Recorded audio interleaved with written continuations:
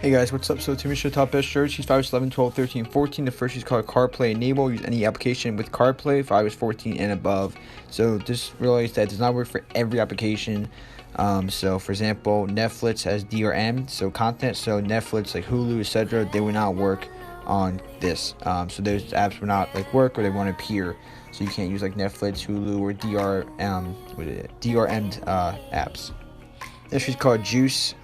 Show your juice and styles, unparalleled battery customization. Next is called Deja Vu. I've seen that before. Lisa, but always on. Next is called Tech Support Framework. Framework to assist in providing feedback to developers.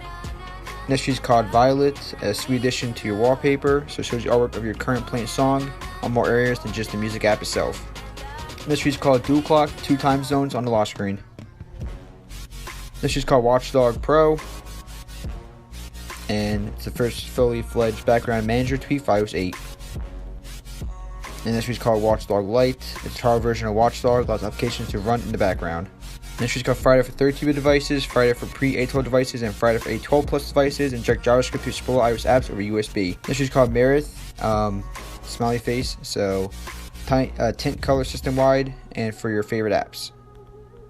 This is called App Store++, allows you to downgrade or upgrade apps in the App Store, block updates, bypass 200 MB down limit, disable search ads, and app thinning. Supports iOS 11.x to 13.5. So in this new version, they're actually developers adding ads because it costs them like $50 a month to manage this, and he's getting no money basically in return. So he's actually going to have like ads for this version. So hopefully he's hoping to make back some money with ads. And it will be like a coin. I think it's like a coin or a token system. We have to like buy tokens, or like, you watch ads, add tokens, and each token you get that allows you to downgrade one app. So I don't really like it, but it does cost money to maintain this. So he's I guess he needs money somehow. He created this tweak, and if more people donated, we wouldn't have this problem. But it is what it is. So this app allows, like I said, allows you to downgrade apps and block app thinning, and bypass 200 MB down limit using data or cellular data. Next, she's called Orion, brings peak and pop back to devices that have the 3D touch hardware on iOS 13. This is called Peekable, bring peak and pop to non-3D touch devices. Next is called Sunflower, disable haptic touch and re-enable pressure-based gestures. This is called Emoji Font Manager, needs to be installed for new emojis. It basically allows you to override system emoji without swapping them. And the last tweak is called Translate-matic, and allows you to quickly translate any text.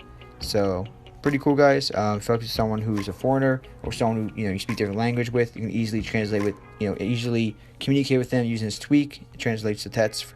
So you have copy, translate text, translate complete website with a single tap, translate web descriptions, reader speak, translate text, translate YouTube captions, offline translations on iOS 14.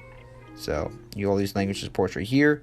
So use Google Translate API to perform the online transactions, while the offline transaction uses the iOS 14's Apple translation engine. So you guys, also some videos you guys can watch, exactly how to use a tweak and exactly what it does. It does cost $199, which is definitely worth it. I mean, it's amazing this tweak. But yeah, catch you guys in the next one. Peace.